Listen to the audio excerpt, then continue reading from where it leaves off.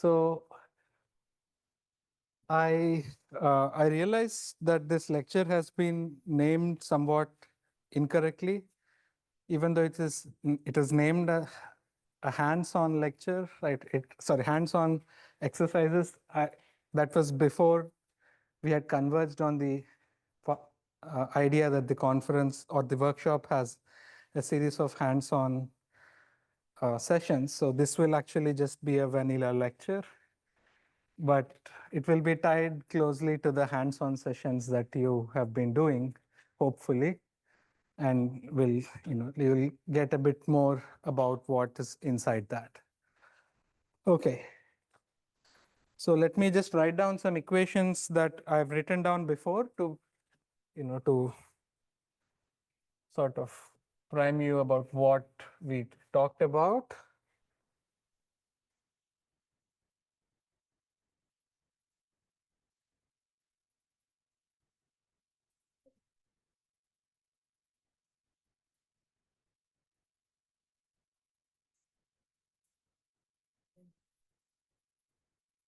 Right, so this is the basic equation for inferring parameters from, these are the parameters and this is the data, right? And this quantity is called the likelihood, right, which we've talked about in detail, and this is the posterior, right? And basically for the first two lectures, we spent a lot of time talking about what the form of the likelihood is. In fact, maybe a bit too much time, but it's good so that you know all the assumptions involved in the likelihood that's usually written, right? So we derived that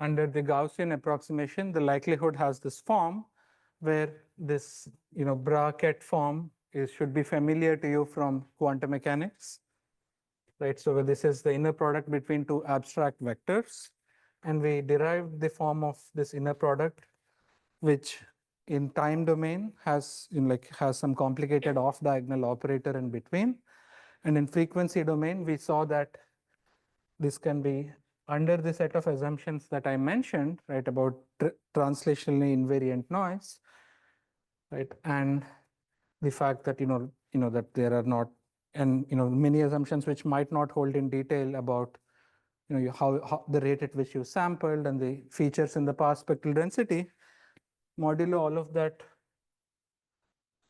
all of those issues, right? So we saw that this inner product look like so, where here this integral goes from 0 to infinity. Right.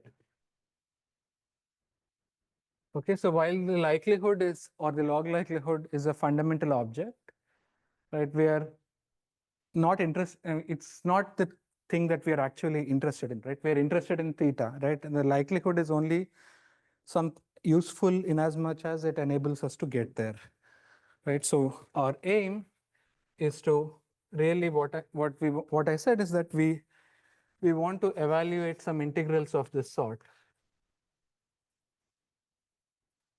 So we want to evaluate integrals over the parameter space given some data d. And I mentioned that these integrals might look like this: d theta f of theta times p of theta given d, right? So essentially this is saying, given the data, the parameters could be drawn from this, their uncertainty is captured by this posterior, and over that uncertainty, we are evaluating the integral of some function of parameters. Right? For example, if you're the mean of a parameter or the variance, all of them, you change what exactly that function f is. And the general recipe for evaluating such integrals is theorem of Monte Carlo integration, which says that imagine that you have a black box, and that black box, miraculous black box, it throws out samples. So theta 1, theta 2, theta n, right? And these samples are theta I, they are drawn from from the posterior. If that is true, then this integral can be approximated as the average of this function evaluated at each of these samples, right? So this is the Monte Carlo estimator of this integral, right? So really, that's why we need the samples, right? And just in case you don't know what this notation is, right? So if you think of theta, for example, let's say that the experiment is a coin flip, right? And theta I is the result of the ith coin flip. So it could be heads or tails, right? So then each ith coin toss is drawn with a binomial distribution with half with heads, half with tails, right? So for each heads or tails, this theta I is equally drawn from these two likelihoods, right? So that's this. So this is saying that if you had a way of drawing samples from this distribution, then you can evaluate such integrals, right? So then there are some generic tools to evaluate samples from known distributions, and then that would be the end of this lecture, and then we all go out and enjoy ourselves, right? So, but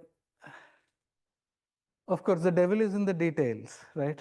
And okay, so then if you say that, okay, so do people, okay, can people tell me examples of some methods given a P, given the form of a P? So given the functional form of P, can people tell me methods of drawing samples from P? They are both very different things. Knowing P is different from drawing samples from P.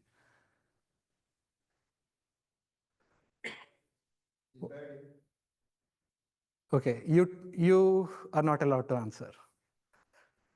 Okay, Joaquin is my student and has heard me talk about this. Okay, yeah, so I heard the word MCMC, right? So that's a generic tool, right, to draw samples from any distribution, and that's very widely used. But you use it blindly, right? And it's a general tool, and then if you have an MCMC code, again, I don't need to give this lecture, go on, right? But why do we use MCMC, right? So, okay, let's make a simpler thing. So this theta here is some very complicated set of parameters, many parameters. Let's take a one-dimensional distribution, right? Some, f of x, right? So for example, this distribution could be a Gaussian distribution. And in your computer, if you import numpy.random as random and do random dot, random 10 samples, and it spits out 10 samples, is NumPy doing an MCMC inside? That would be horrendously inefficient. Okay, so so can people suggest any examples of like tools to draw samples from? I'm doing the simplest case of a one-dimensional distribution. Yes, so Bruce has one example which is called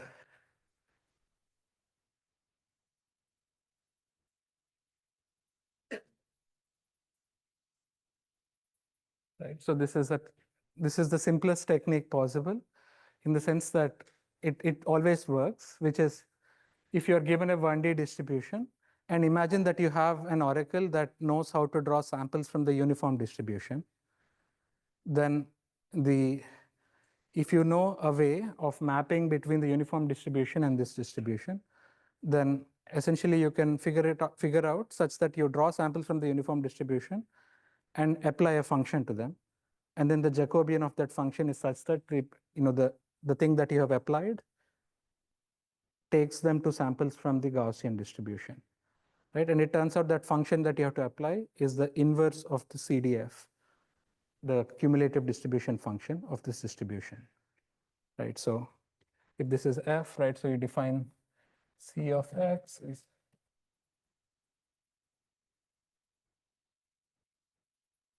something like this, right? So this is a CDF, this C takes the value 0 at x equals minus infinity and 1 at x equal to infinity. So you draw samples at random between 0 and 1, and for each of them, invert this function.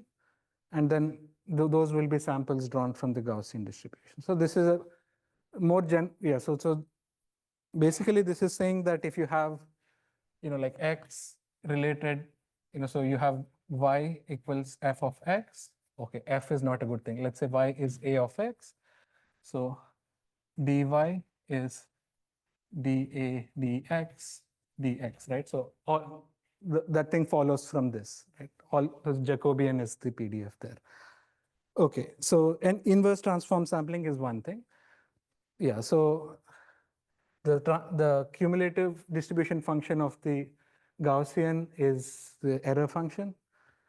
Yeah, so we don't actually have an analytical form for the error function. So this is not how the computer draws the random function. If you're interested, it uses something called the Box-Miller transformation. Okay, so that's how it does it.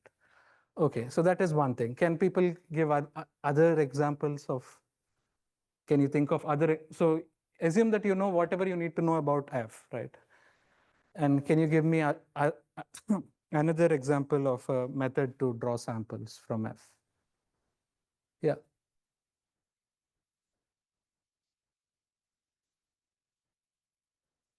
Okay, so you said a number of things, not all of which are not the same. So I'll start with the first thing, which is reweighting, you said, right? So that's called importance sampling.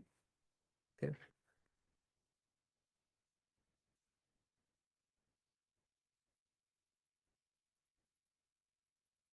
So what is this? This says, okay, you have given me a problem to draw samples from f, but I don't really know how to do that, but I know how to draw samples from g, okay, which is some other function. So I have x1, x2, xn, which are where xi are drawn from g of x, okay? So importance sampling says you take each of these samples and assign them a weight, which is wi is g of xi, is p f of xi over g of xi, right? So then the importance sampling is basically saying that the weighted samples are drawn from this f distribution, okay? So it's a bit like, I told you to search for your lost key there, but the light is here, so G is a PDF that you know how to draw samples from. Another PDF. So if G equals F, you already know the answer, and this is 1. All of them are 1. Right? So then if you wanted to, for example, evaluate integrals like this, then you would attach one more weight here. Okay, so this is a very powerful tool that is often useful when you know one thing and you want to get another thing. Okay, but you can see that these weights have G appearing in the denominator, which is not a good thing, because if G has some places where it is small, these weights blow up.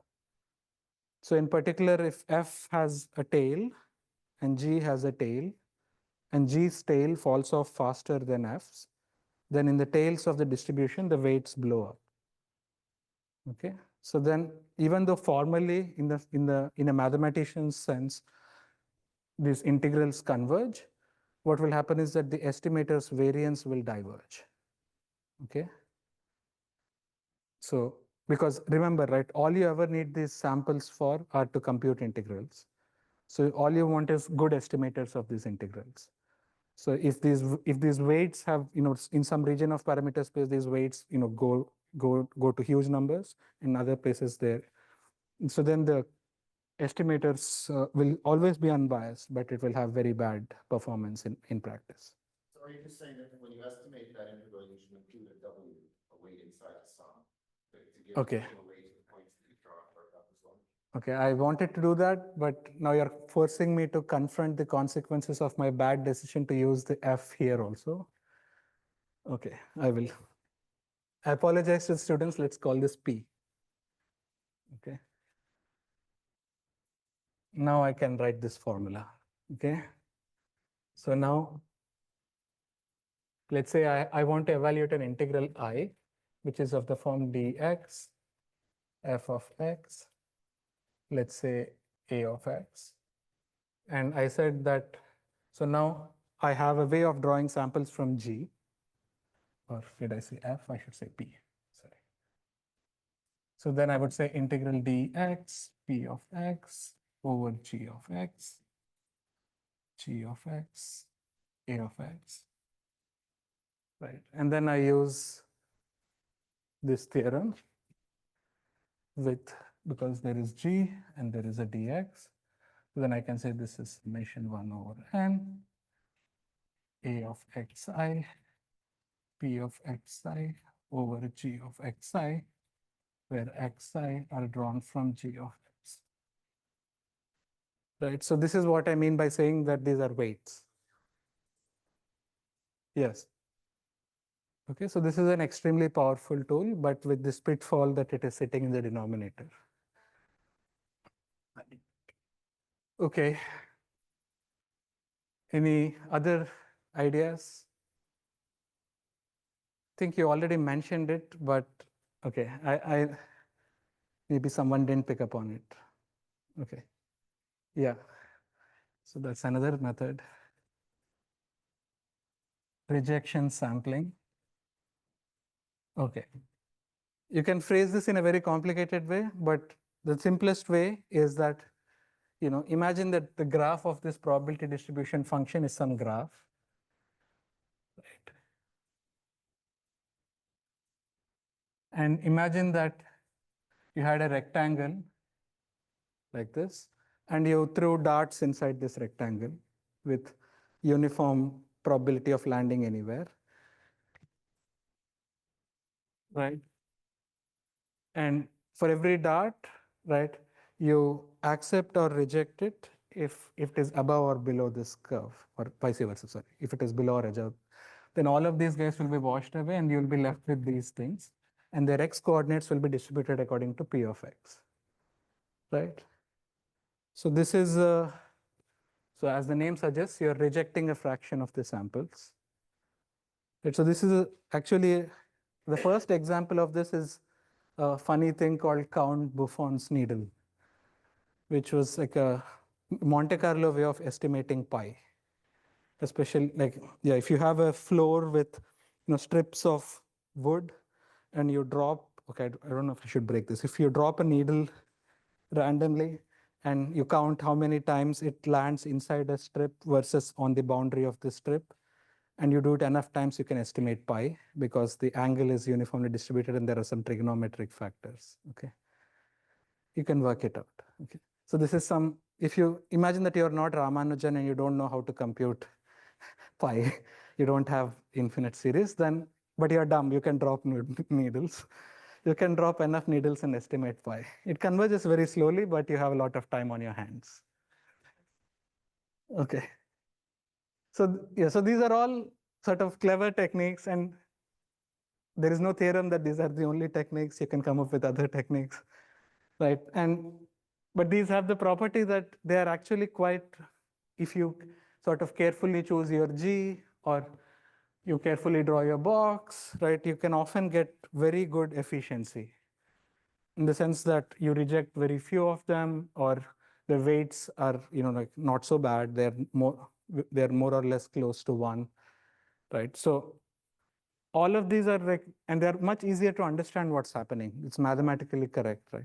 So why don't we use these methods when we are doing inference for gravitational waves or whatever? Why do we do MCMC or whatever you call it, right? Does anyone have an answer?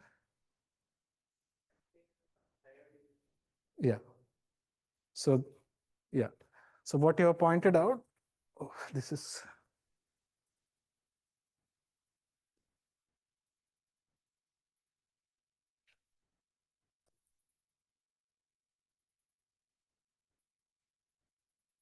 an important effect called the curse of dimensionality.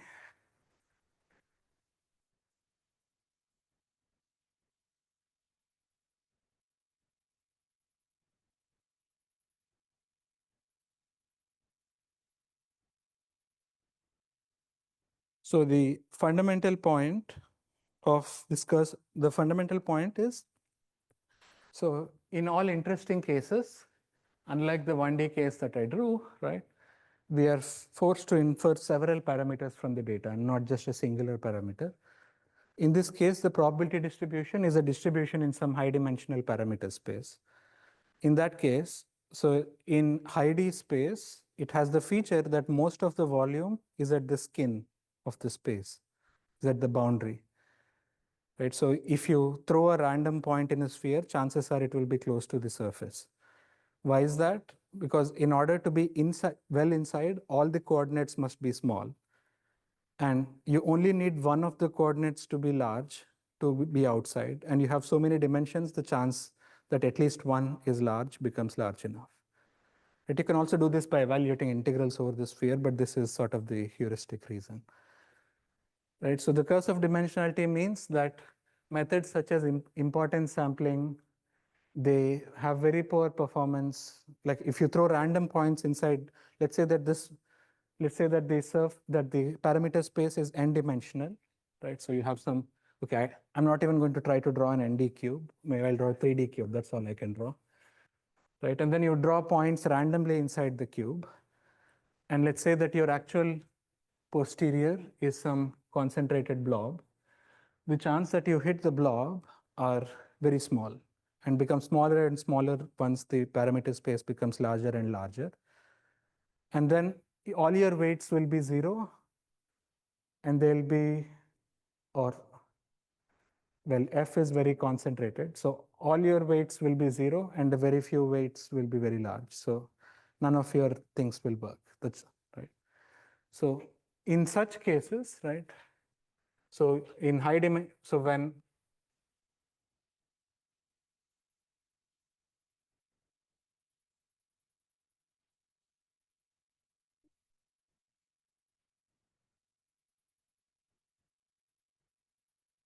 right, importance sampling is bad. And as a rule of thumb, right, maybe like once you go beyond around 3 dimensions or so, it's not feasible anymore. Okay. So do we have this problem, right? So in gravitational waves, what is the dimensionality of our parameter space? And the answer depends a bit on what are the kinds of systems you're interested in. So let's look at a merging compact binary system. And let's further assume that this system is on a quasi-circular orbit. So I'm not going to imagine it has a hyperbolic scatter or has eccentricity, which are all very interesting. But so then it turns out that the parameters of the system live in a 15-dimensional space. Okay.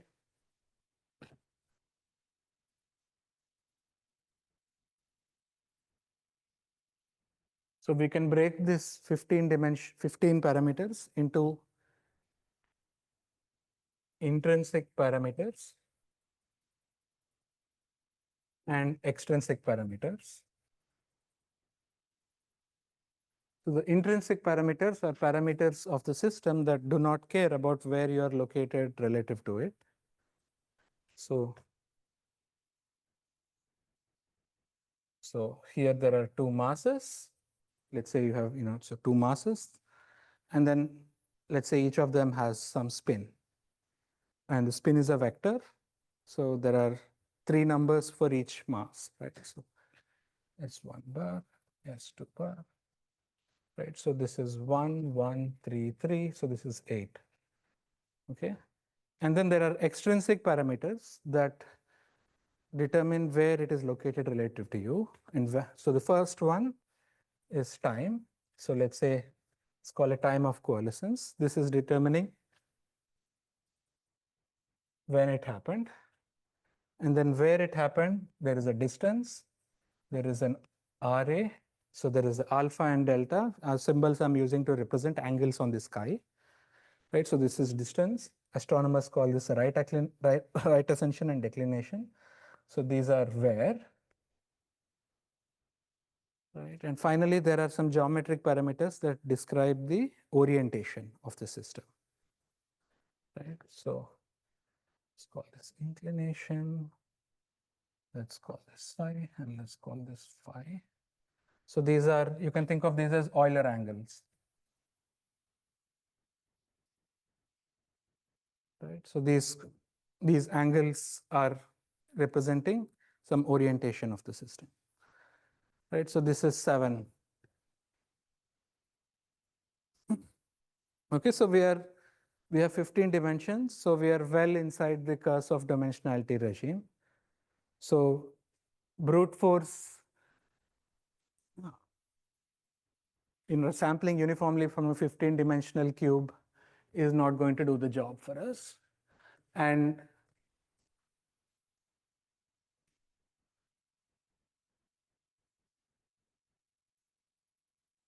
this third board is pristine. No one has used it. Okay. Good. Okay. So now, since we are in this regime, right? So then a standard tool is Markov chain Monte Carlo, right? So this is one possible tool, not the only tool, to draw samples from some distribution. I'm not going to prove, mathematically any details of the method. I can, add some notes if you're interested. But the central idea is, so there is some complicated distribution. So here I'm showing some two-dimensional projection.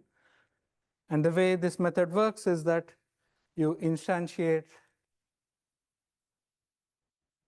so if you've been walking around in the grounds of the institute, you probably noticed like rabbits, right? So you can think that you have let loose a bunch of rabbits on the field, and these rabbits are hopping from one part to the other.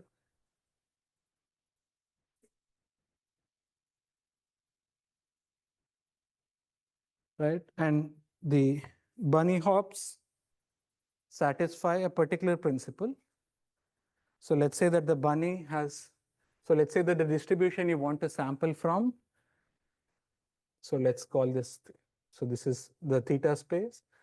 So let's say that the distribution you want to sample from is P of theta. And let's say that the bunnies hop according to a hop distribution, H. So what is H of theta prime given theta? This is saying if the bunny starts at location theta and it hops to theta prime. So I'm saying this product is equal to P of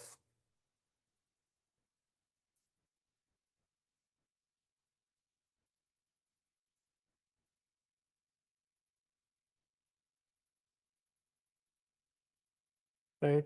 So this says that if you let loose a field, it doesn't need actually a lot of bunnies. You can even have one bunny and have the bunny hop according to this hop distribution.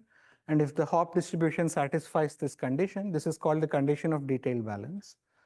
This says that if it satisfies this condition, then over, like, imagine that this bunny is a very energetic bunny, so it can keep hopping for a really long time. And then you make a histogram of its positions, then it says that they are drawn from this distribution, right? So that is the crux of this algorithm. And then there are, a lot of tricks under the hood. People try to, because there are questions of, when do you converge to this distribution? It doesn't happen immediately. It can take some time. And then, instead of letting one bunny loose, you let a lot of bunnies loose, right? You can do lots of tricks, but this is the general thing. And what are the pros of this method? Is that there are no assumptions about about what P is. It's completely general, right? And the second thing is, if you notice, the detail balance condition does not have, it only involves the ratio of the target distribution P. So that means you do not need to know the normalization constant, right? That's why this annoying C of D, right? I could just throw it out and I never need to think about it, right? And it's enough if you know the up to a normalization constant, if you know the distribution, because then you can set this problem up. And that's a very nice feature to have, because often we don't actually know this normalization. And what are the cons, right? So it's very general, But the cons are this distribution is this tool. This is like a very finicky tool. Okay, so it's for example, if your distribution has multiple modes, you need to, sometimes the bunnies can get stuck, and you need someone to pick them up and drop them in the other node, other field, right? So then so you can have with multimodal distributions, it can take a very long time. And then there are various tricks people play to try to get it to work. But yeah, it's often very finicky, right? It's like, it's general purpose, but like, so it's, if you think of it, this is something that will always work, but it's not really the fastest thing to get you on your way. And for a single bunny, so this process, the name Markovian, right? So Markov chain, it's saying that the next hop depends on, the next position depends on the current position. So it depends on where you are. So it cannot be, if you don't a priori at the beginning know all the points where you're going to evaluate the likelihood. So you can't like brute force parallelize over one walker's chain, right? So you can only do it over different walkers. Okay.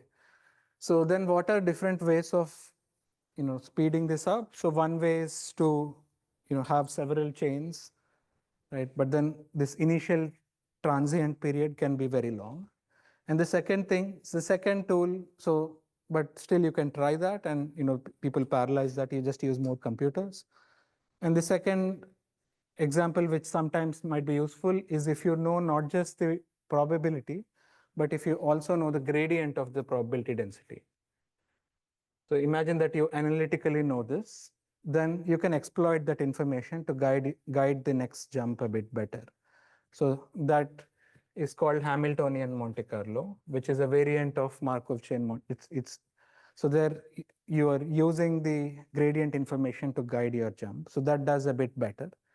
But often you don't have the gradient, right? In this case, this H, right? This H here is the template or the signal. And you just had like a series of lectures by Patricia talking about the H, like we have various approximants, what are called approximants to, which are like sort of fitting functions you can think of, or physics guided functions that are like black boxes for you that take in a parameter and give and spit out some signal, right? And people have written new versions of those such that you can evaluate gradients as well, but not always, right? So this tool can be useful, but is not generally useful today as of yet. Okay.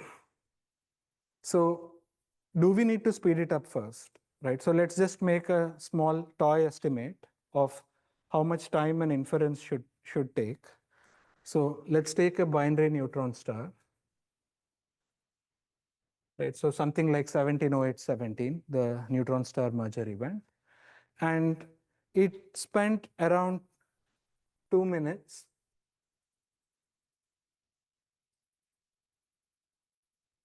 in band, in the LIGO band, right? And let's say that you want to do inference on this, which I believe if you have done the exercises, you should have encountered this, right? So if you, so you know that, so this is the power spectral density that I've drawn several times, and this is the binary neutron star. Unlike the binary black hole, it doesn't cut off earlier. It goes till the point where the short noise becomes important. So then to capture the entire signal, you are forced to pick some very high frequency for, for your analysis. So let's say that you pick F max is 1 kilohertz, 1024 hertz, right? Because you are interested in tidal deformability, say, okay? And so if this is F max, right, if you remember, this should be the Nyquist frequency. So I'm going to say that F sampling is 2048 hertz. right? So there are 2048 samples per second.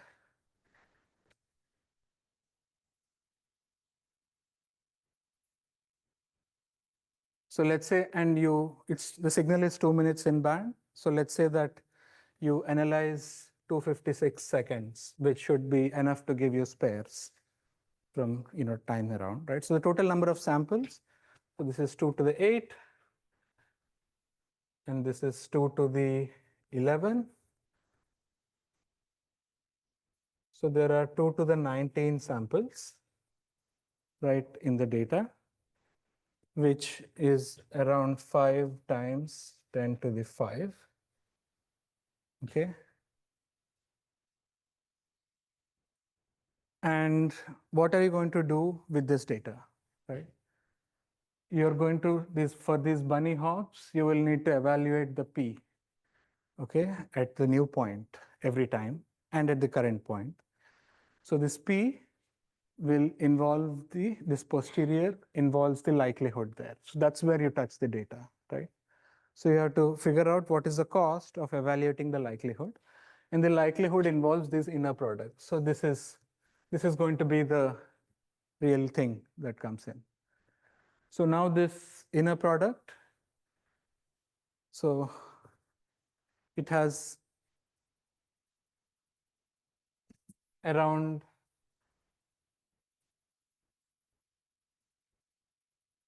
well, the number of time and frequency samples should be the same. So it has around the same number of samples in it.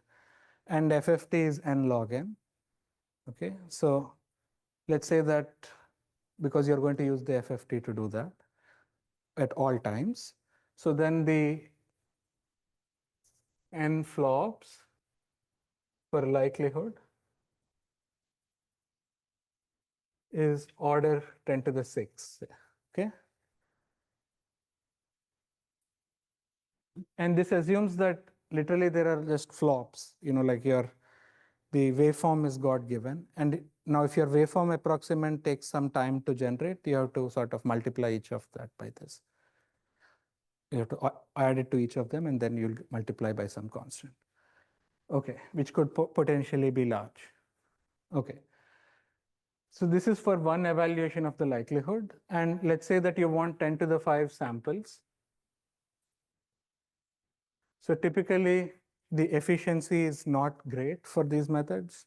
And you will end up needing around you will actually need around 10 to the 7 evals of the likelihood. Not crazy. Okay, so then that will, so that is around 10 to the 13 evals times whatever is the cost of getting the waveform approximant, querying the approximant. So now let's say that your CPU is like a gigahertz, right? So that's 10 to the 9 flops. So then this is 10 to the 4 seconds, which is a fraction of a day. Okay. So this is not uncommon, right? So basically it would take you around a day to analyze, and there are several order unity constants that I've neglected, which can easily add another order of magnitude. Okay, yeah. Okay. Okay. Okay. Thanks. Yeah. Right. So now the cost. So every time a binary neutron star comes, it takes. If you don't do anything clever, it's going to take you around a day or more to do it. Okay. So now this is not great, and we would like to speed it up, though this will work. But let's say that you want to try different waveform models because you're trying tidal deformability, for example. Right, you might need to do this P not once, but you might do it 5, 6 times. Right, so then your life becomes very hard. So now we need to figure out how to speed this up. And in general, right, unless you have these gradients, right, so which in case you can improve this efficiency, you have to do something cleverer. So there are domain-specific ways and domain non-specific ways. So we'll talk about domain-specific ways.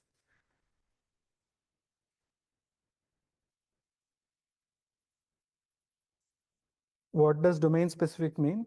It means that we are not trying to evaluate the parameters of, I don't know, your favorite random, I don't know, I'm not trying to fit for the luminosity of a galaxy or something, but I'm actually evaluating a gravitational wave data and gravitational wave likelihood and the gravitational wave model. So then, because you have attended all these lectures by, Matthias, Bruce, Patricia, you know a bit of physics. So you would like to exploit that structure to help you do this estimations faster. So let's go over that. So I'll just talk about some simple stuff that is, like not that's not often used, but that people don't often think about, but worth saying, which is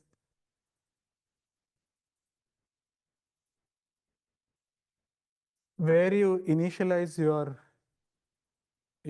Markov chain Monte Carlo matters. That is, if the bunnies have to eat the grass outside the pond and you drop them in the golf course, they will take a long time to hop over to this place, maybe longer, and the course will be over in between. So then you would rather drop them close to where the grass is, or you drop them where the likelihood is high, where the posterior is high, right? So, and how do you know that a priori? So there are like two kinds of ways. So the first way is that you can use the fact that this data was not given to you out of a vacuum. It was the result of a search, right? And for the search,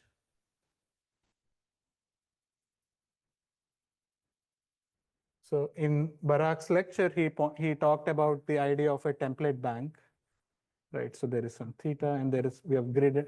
So the search has graded the template bank in its own way, right? And let's say that this template fired. So then you have a good guess that this is probably going to be close to the point of the maximum likelihood. So you can instead of initializing your walkers at some random point, you can initialize them close to this. So this is one simple quality of life thing, right? So the second thing is, so Barak showed the match filtering series Z, right? So and you have something like this, and then this is where the SNR was high, right? So then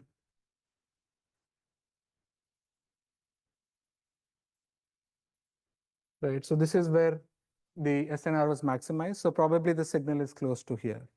So then you already know some information. So then use that, right? Instead of, so then that is already half the battle.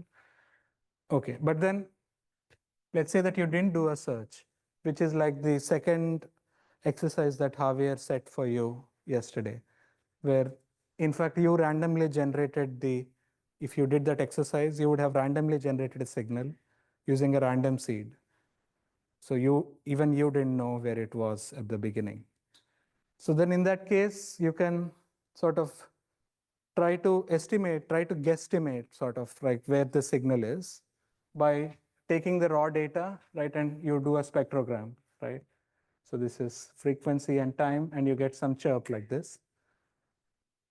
And for the typical amplitudes that you must have injected yesterday, I'm guessing that you could see this chirp. It is, though I'm not sure because there are 100 of you, so there could be one of you who got unlucky and threw a dice, which was not so good, but okay. But you would have some chance. So then this chirp tells you that, maybe this is TC, this is where I should start. And then now you have this time frequency track. And now if you were paying attention in Matthias's lectures, you would know what this track is, right? So this is at lowest order, this is a one parameter function. And you can use this to fit once you know the time. And you can sort of fit the mass to it, right? So I'm just going to write that down, right? So at some F min,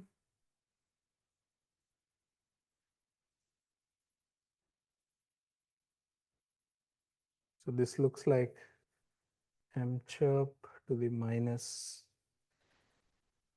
5/3, F min to the minus 8/3 over, let's say, 20 hertz. This is 25 solar masses, 300 millisecond. Oops.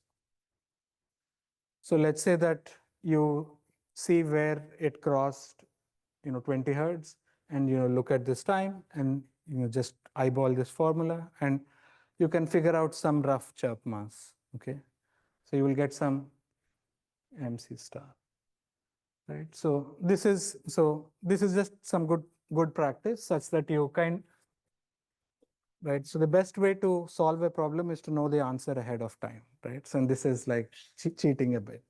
Okay, good. So that is a simple thing. Now the second thing is sample in the right params. Okay.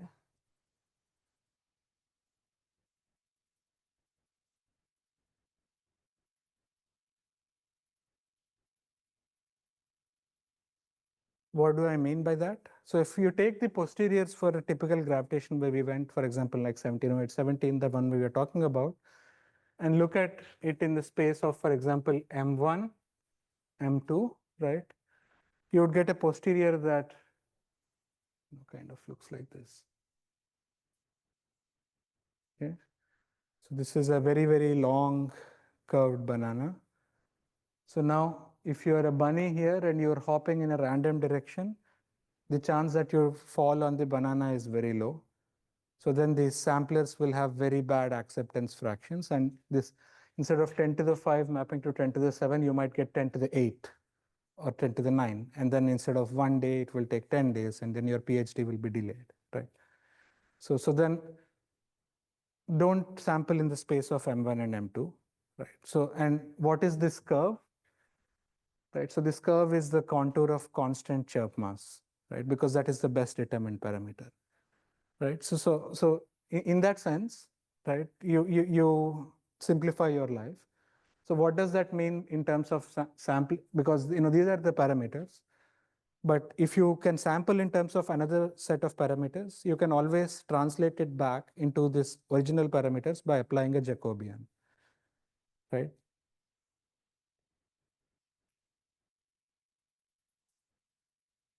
So this is for the intrinsic parameters. And then for a typical event, for example, even the extrinsic parameters have some nasty distributions. Okay, so for example, this is two of the Euler angles of the, and you will typically see some plot like this. Oops. Okay, and then distance, inclination, you will see something like this, sort of like a boomerang. Okay. So, and these are all slices of, remember, a 15D distribution. So nasty things are happening inside, right? So then this is like some sort of, like twisted maze that you're asking your rabbits to hop in. It's very sad for the rabbits, right? So yeah, so this is, yeah, it can easily go to 10 to the 8, okay? So this is not a good way of living your life, okay? So then so how do you systematically figure out what are the parameters that are measured, right? So remember that the likelihood, right, is controlled by this inner product, right? So let's say that let's say that the data is H true plus noise, okay? And now you're evaluating the likelihood for some random H, okay? So this is DH is, let's say, inner product of H true H plus noise H. This term is some, like random variable of order unity. And then there is this thing. So this inner product would look like df H true star of f, H of f over S of f.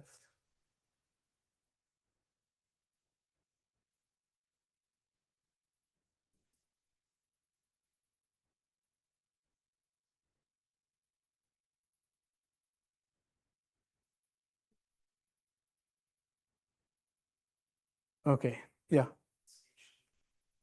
HT is a true, yeah.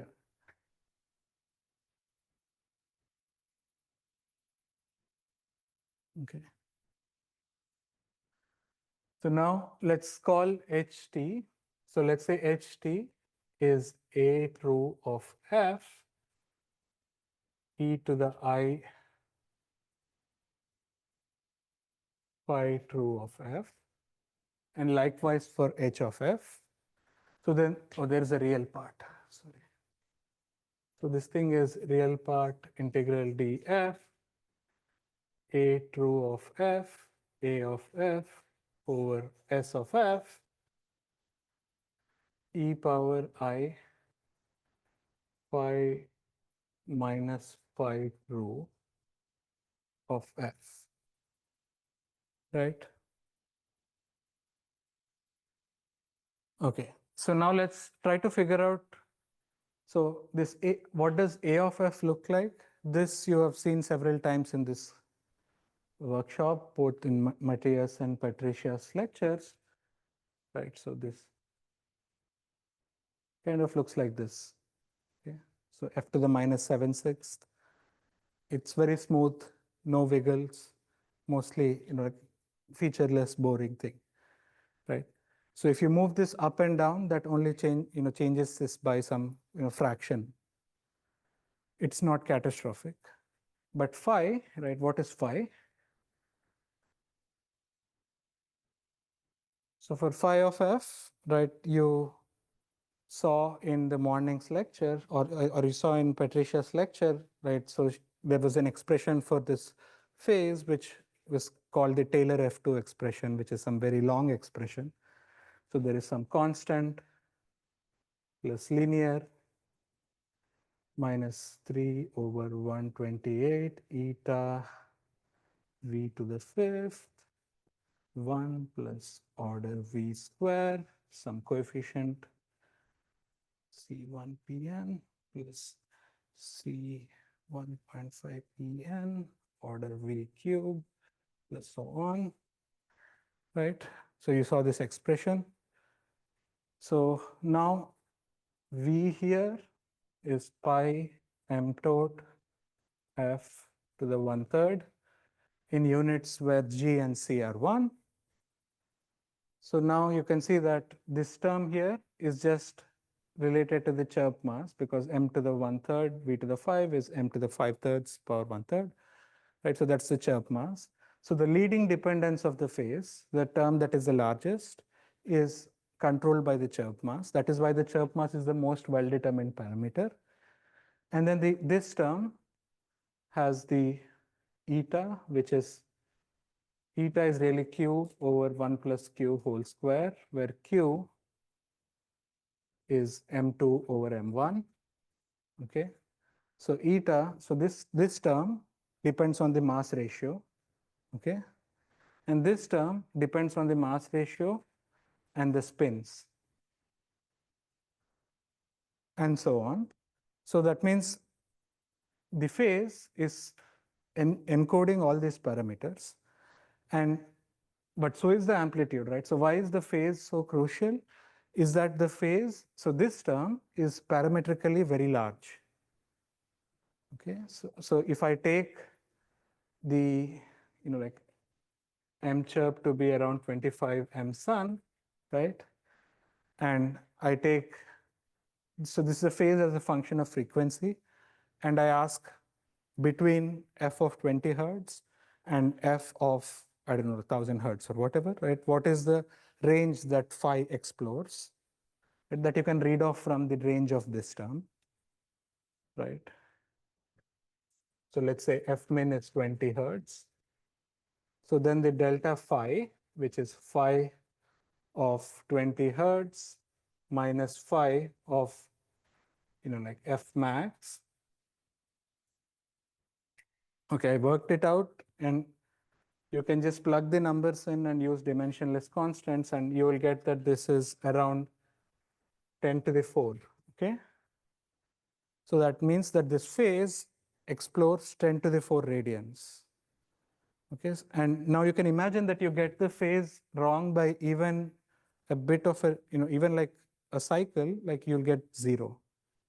Right? Forget cycle is extreme. Even a part of a cycle is, because the thing is, this phase is exploring such a large region of such a large range of parameter space. That is the most crucial thing for this thing to not go to 0. Right? And now you also see from this why the phase is, why the Chubb mass is determined. Okay.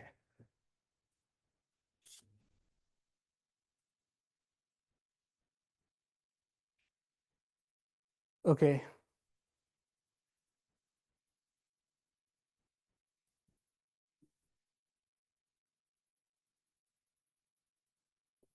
Before I go on, I think people have been pretty silent. So either whatever I'm saying is like Greek and Latin, or it is too obvious. So let me know. Or the lunch was very good. Yeah. So, getting back to your rabbit comment. Yeah. You said, okay, it has to satisfy its principle of detailed balance. Yeah. Can you actually tell us how to do that? Yeah, that is going to be, yeah, it's not, there are different ways of, so the thing comes down to the choice of this edge. If that's enough. No. There's not a unique way of doing it. So one way is to use rejection sampling. So there is an acceptance rejection step. That is the, what is that, Metropolis Hastings algorithm. But then there are other examples. Yeah, this is not, yeah, let's not get there. Yeah, okay. Okay. Fine. So, I've done my due diligence. I've figured out where the rough thing is, and I'm going to sample in MChub. Now, will that solve the problem? So what that does, if you sample it in terms of the chirp mass, this posterior, right, becomes something closer to something like this, where, for example, this is M1, M2. When phrased in terms of, let's say, chirp mass and let's say mass ratio, right, it looks much nicer. And this is not so twisty and turny, so the bunnies can hop nicely, right? So this works. Okay. But I would still, I would still like to make my life easier, right? This is not enough. It will bring you down by a factor. But if you did the exercise yesterday, right? So Javier scored, at least in the simple waveform case, you should have gotten your result in a few minutes on your laptop. So you're not even running it on a cluster. So how did it do that? Right? So then there's a third thing, which is try to reduce the parameter space. Okay. So how do you do that? Is, if you remember, so in Bruce's lecture, he derived that the H in the detector has something that kind of looks like PA, PB. Oops. Okay.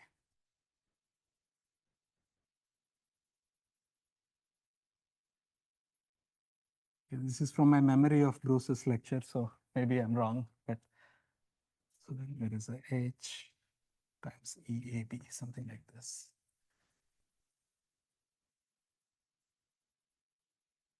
Redshift that had that thing that's denominator H doesn't count. What do you mean? Maybe I can't read what you've written. Oh, okay, this is the Z. Okay, fine. And then Bruce very nicely derived that, so this is the general expression. And if you make the detector's arms much shorter than the wavelength, Bruce derived that this reduces to the LIGO expression, right? So this expression is, it's very fancy because it depends, it has a very strong frequency dependence, if you remember the, the flower, right? But in the LIGO limit, our life simplifies a lot, right? Basically, you get that if I don't phrase it in terms of the redshift, but I phrase it in terms of the strain, which are both related to each other here, right? So the H,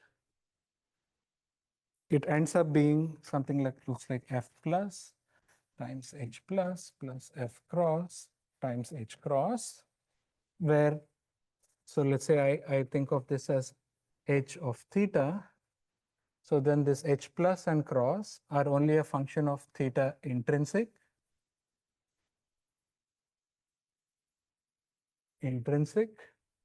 And the f plus and f cross are only functions of alpha, delta, and psi. Okay.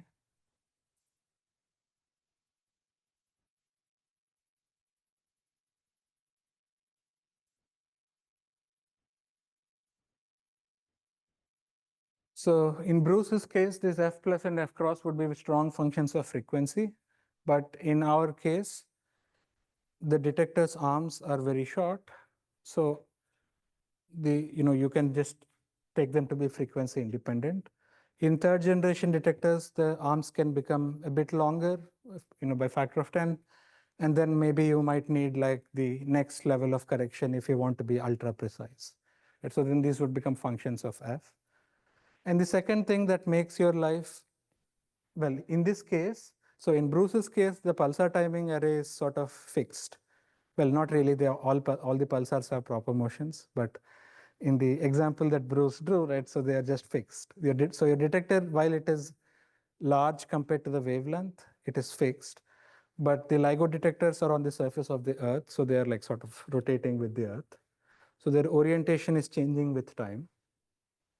Okay, so today's detectors are, the bandwidth is such that for binary neutron stars, even binary neutron stars, it's few minutes. So the Earth rotates 15 degrees in an hour, I think, something like that. So in a few minutes, it's not very important. But again, in future detectors, when events last for hours in band, then at the start of the signal, if the source was on zenith, by the end, it might be here, right? So then the f plus and f cross will also become functions of time. Right? So all of these effects, if you're interested in the bleeding edge, right, you might have to think about all of that, but let's stick with this. So now if you see this, you might notice an interesting fact, which is, so now the inner products that we are going to compute, like the inner products of D and H, these inner products are in the frequency domain, but these things are not functions of time or frequency, right? So you can pull them out. You can pull them out and just compute D, H plus, and D, H cross, and then put f plus here and f cross here, right, and do it outside. So then every time you change extrinsic parameters, you don't call the waveform model again. And in fact, remember that you're interested in not only the likelihood, but you're interested in integrals over it. So in fact, there's a trick in which you can reduce the dimensionality of your thing by in many cases it is possible to analytically or by Monte Carlo integrate out these geometric parameters. So what do I mean? So there is P of theta intrinsic, theta extrinsic, right? So this is your 8D, 7D, and define an 8D probability distribution function by marginalizing out the extrinsics. So do P of theta x integral d theta x. Okay. And once you do that, you are left with P of theta int, which is an 8D distribution. Okay. And this thing is much easier to sample from, both because it has fewer dimensions and also because these nasty, like crosses and these nasty mazes that the bunnies got stuck in, they are now taken out of the problem. So you can just generate samples from this.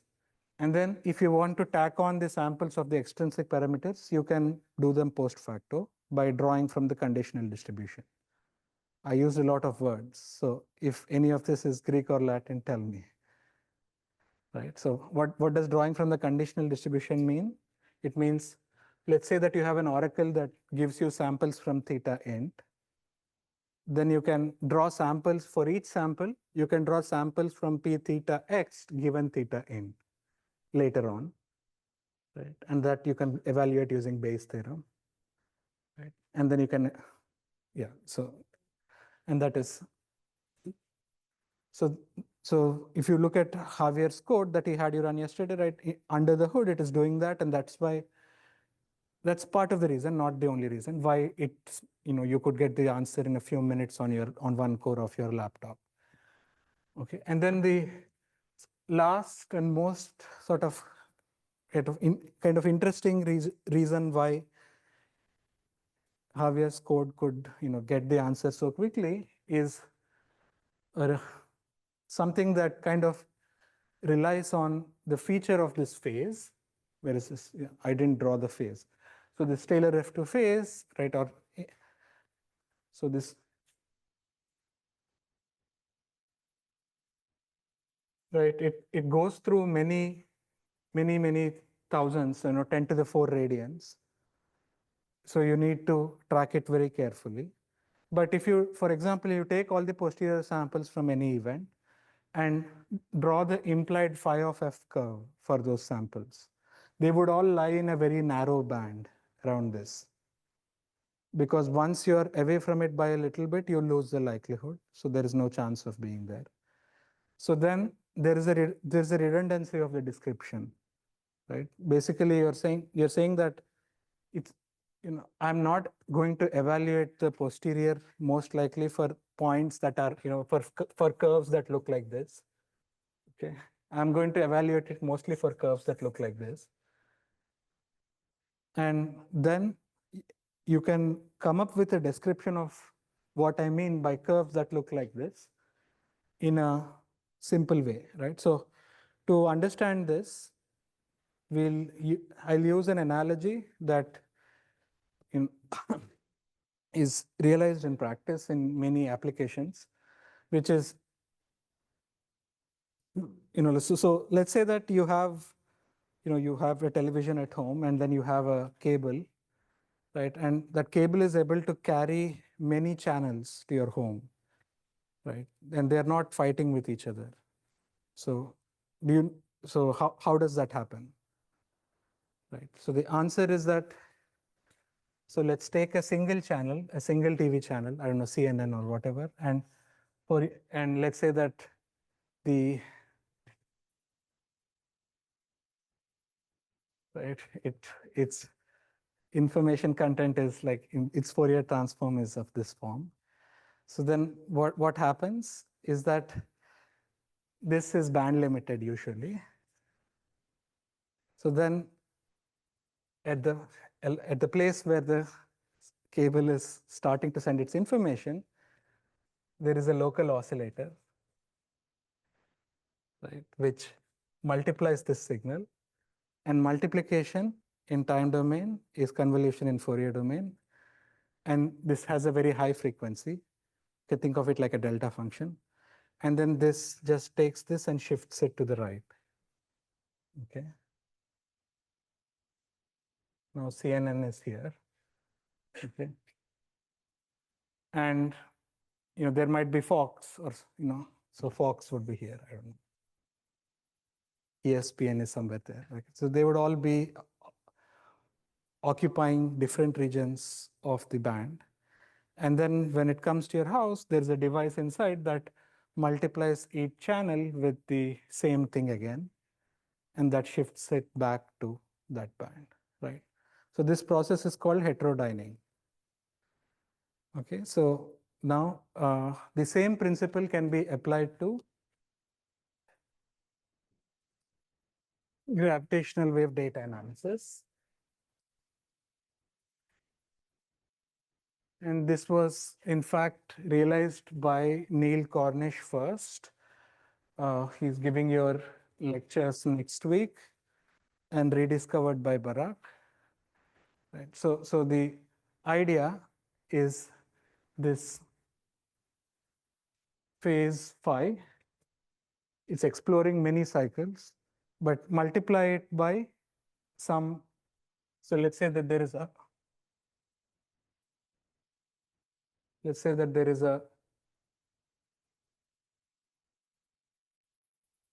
is a, pick your best parameter set, and that has a curve phi naught. And then if you multiply the h of f divided by h naught of f, right? So you might, so if you divide it, this corresponds to taking phase and subtracting phi naught. Okay, and this thing, instead of going over many, 10 to the 4 cycles, goes over a much, so this is delta phi as a function of f, then this is some gently varying function that never explores many radians, at most like a fraction of a radian. So then this gently varying thing can be described by far fewer numbers than that, right? So then you can, and this process is very simple to implement because you just divide and multiply again. And this division you can describe by fewer numbers, and this is linear. So then you can do it at the level of the likelihood. Okay, so this process is called heterodyning or relative binning. And this process, once you do this, so the original thing, remember you had, where is that? 2 to the 11 frequency bins. And after doing this, this thing can be captured using order 10 to the 2 bins. Okay. So whatever took 2 to the 11 here, right, ends up now taking only 10 to the 2 bins, right? So it's a massive, basically this is saying that you're not evaluating your likelihood for random things, but for things that have high likelihood. And once you do that, right, so then now the likelihood cost becomes free, right? And the combination of the integration over the parameters and this heterodyning is why you could do your second exercise in a few minutes on one core of your laptop. Okay, so this is it's instead of the 2 to the 11, it's actually instead of the 2 to the 19. So it's sorry, yes, yeah, okay, sorry, yes, yeah. So yeah, so this might be, so this, of course, that there is a technical point I glossed over, which is, this H has only one phase, and you can have multiple harmonics and you might have precession, and in all of those cases, you have to take some care to make this work, but it can be made to work. Okay, so hopefully you can delve into the details of this. And in your exercise today, I think Javier has an exercise where he has you do it on 170817 and infer your parameters, and it actually define a new prior that is not defined in the code. So you'll actually get to learn how it works. Okay, I have like 2 minutes, but I kind of wanted to talk about a subversive new method that is in the process of taking over the field. And maybe in a few years, that is how everyone will do things. I don't know. So how motivated are you to, like, if you can give me a few extra minutes, I can talk about that. Okay. Okay.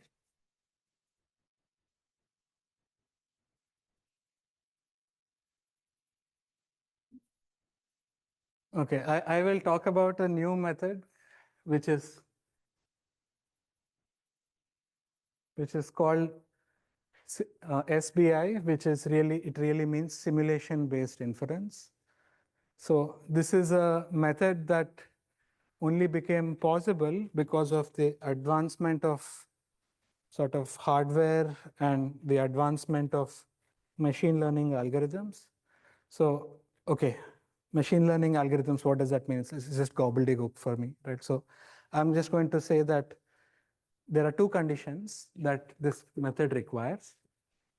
Okay, so the first thing is that it requires you to have, I don't know, lots of GPUs, right, which are expensive to get time on, but rapidly not becoming not so true, maybe, right? And the second thing is that it requires you to be able to simulate the data.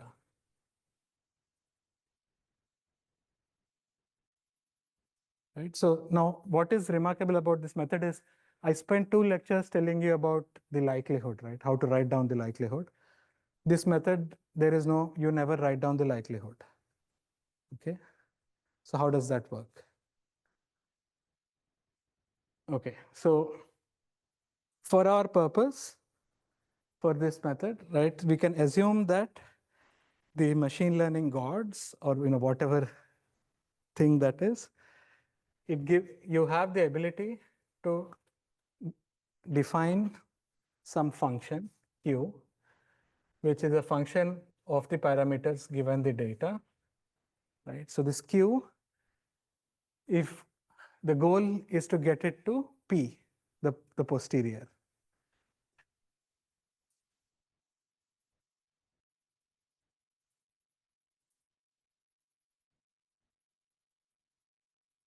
But this q is not a real, so this posterior is how I defined it earlier with the integration with the likelihood.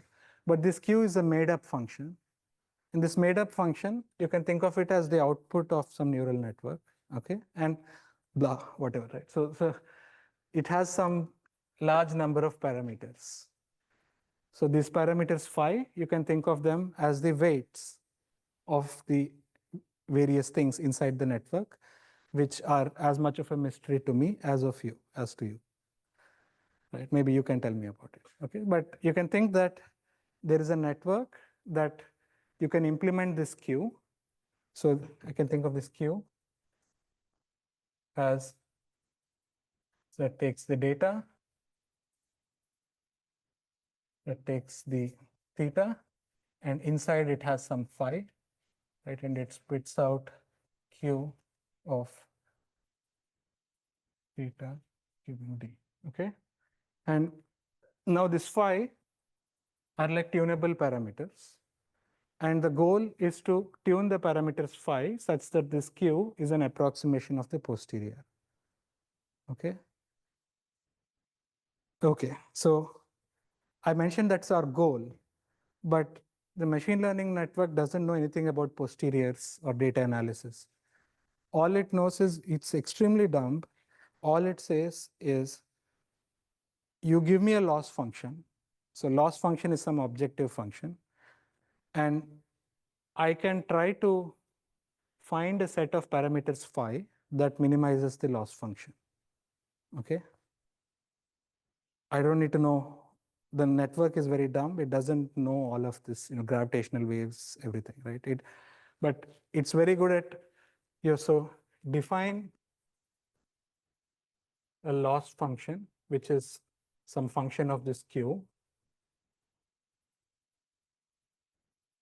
And then I find phi such that, okay, this is bad because I use the likelihood. Let's use this. L is minimized. Okay, so now what do we want this loss function to be? So we want this loss function to be minimum when q is the posterior. Then the machine learning god has in its own way solved this problem, if we can accomplish that. So what is such a loss function? So in probability distributions, there is a notion of distance, and we can define that to be the loss function. So the distance between two distributions, it's not truly a distance because it's not symmetric, but it is called the KL divergence. Okay.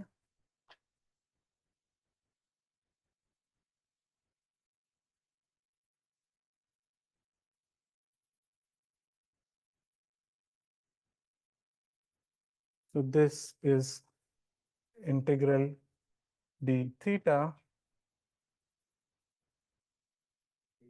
Oh, sorry, very important. P of theta given d.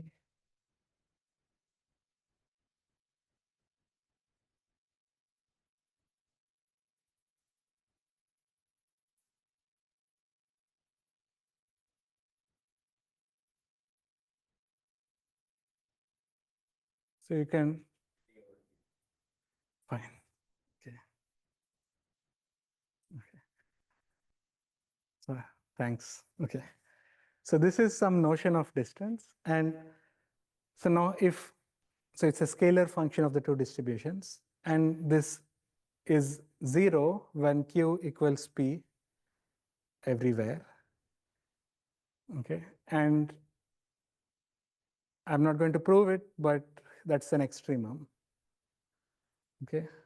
So now if we can construct a network with this as the loss function, right, we will be in business. But okay, this is a mathematical expression, and I told you that the machine is very dumb, right? It cannot evaluate this mathematical expression. So then there is a, so okay, so the first thing is to note that this is a loss function as a function of phi. So phi is only involved in Q, right? Phi is not involved in P. So we can write this as d theta P of theta given d ln of Q phi theta given d plus something, okay? And this something is independent of phi, so it is not involved in the maximization when you vary phi.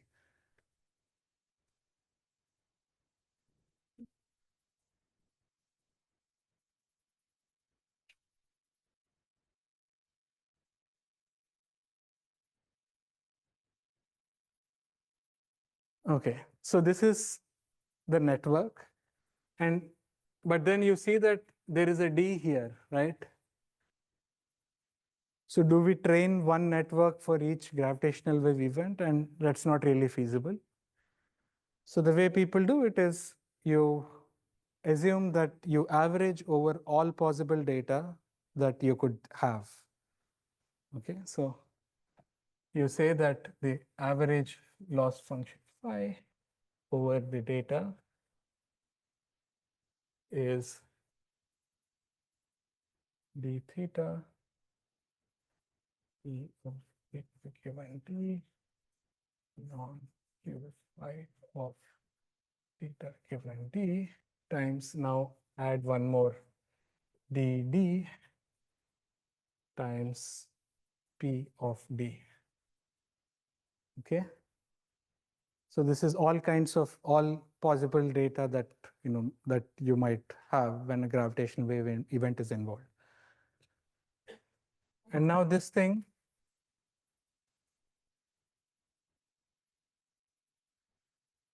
so now there is some magic where P of d times P of theta given d, the product by the definition of conditional probability is P of d,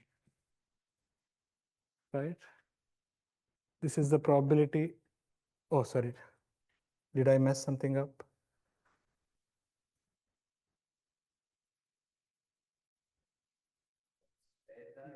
Oh, theta comma d, sorry. Yeah, so thanks. This is the, right, times ln q phi of theta d. So this tells you that if you can draw from the joint, this looks like a Monte Carlo integral.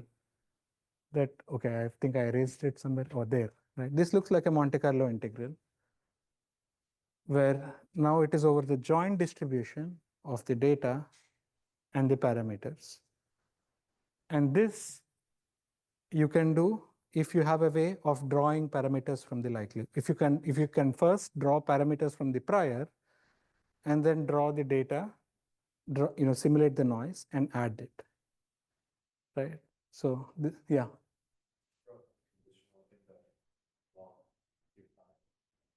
This thing? No, it's wrong. Yeah. Right. So now this says draw parameters theta from prior, draw noise or simulate noise,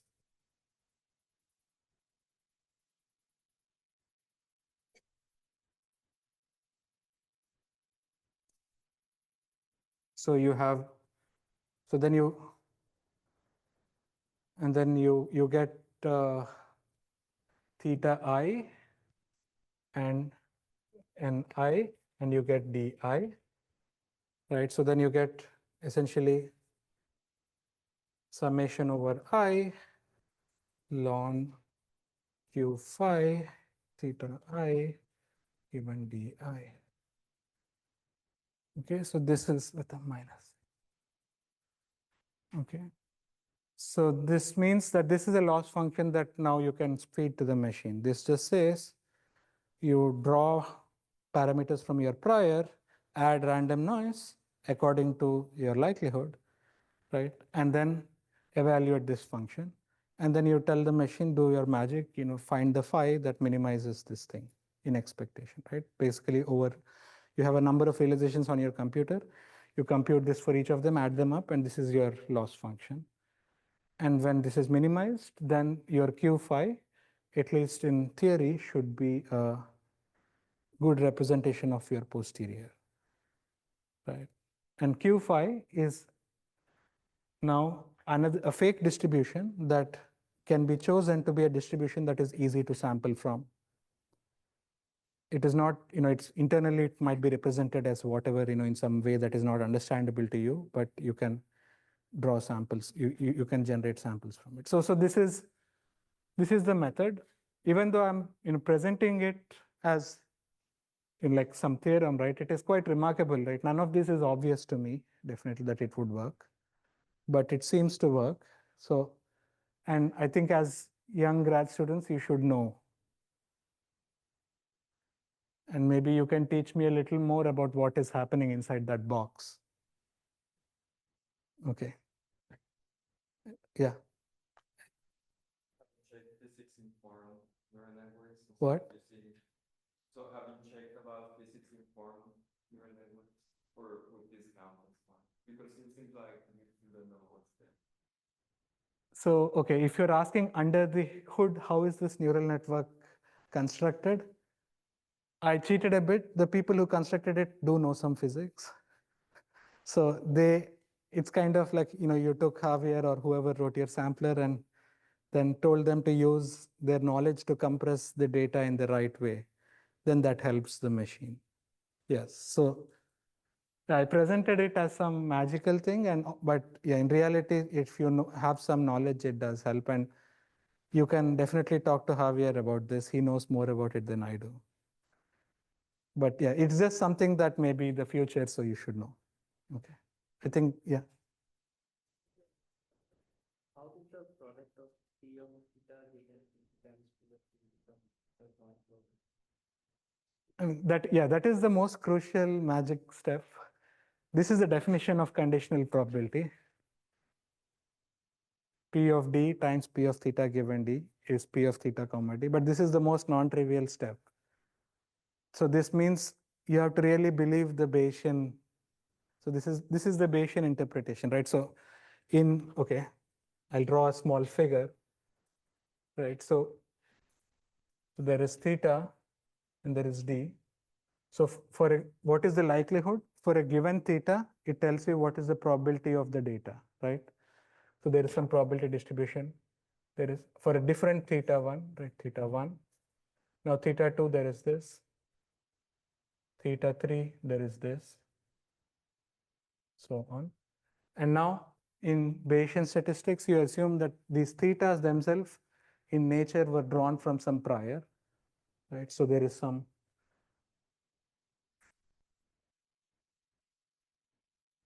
prior for this P of theta. So then when you multiply them, you get theta d.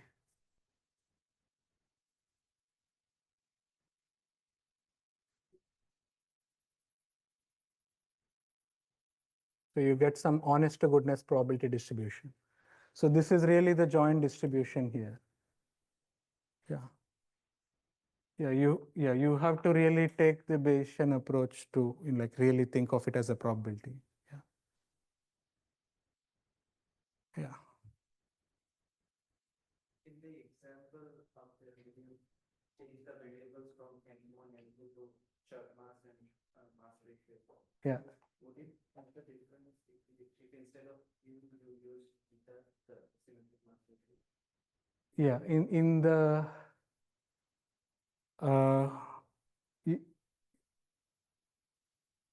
yeah, in the code, I think we use log Q, or in the past we did. Yeah. Do you see that the correlations in the likelihood with the spin, for example, get more linear. So instead of a banana QK effective, you get a line QK effective.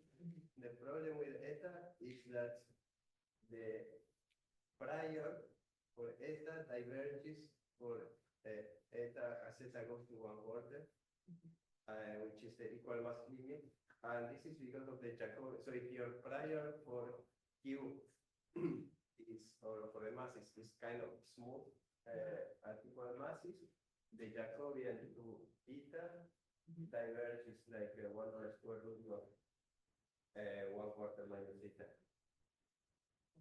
And then, so your basic, so if you think of a plot as eta versus Q, it saturates near Q equal to 1. So all those samples of Q between 0.8 and 1 have the same eta. And if you make a histogram of the posterior, you see there is divergence at eta equal 1/4. And then this causes problems for the sample. So this is why eta is not so much used in sampling.